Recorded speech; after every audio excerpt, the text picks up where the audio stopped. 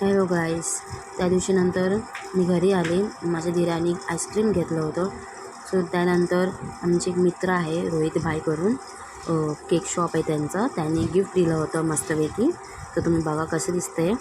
नंतर मग माझ्या मिस्टरांनी पण एक गिफ्ट दिलं होतं, दिवाळी गिफ्ट. त्यांनी मला एक मस्तपैकी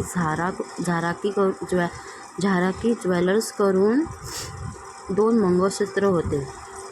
किती छान होतं ते, खूप मस्त होते. तर तुम्ही पुढे बघा मंगळसूत्र किती छान आहे ना मंगळसूत्राची डिझाईन. त्यानंतर मग मी ते झालं आणि मग जेवणाला लागली.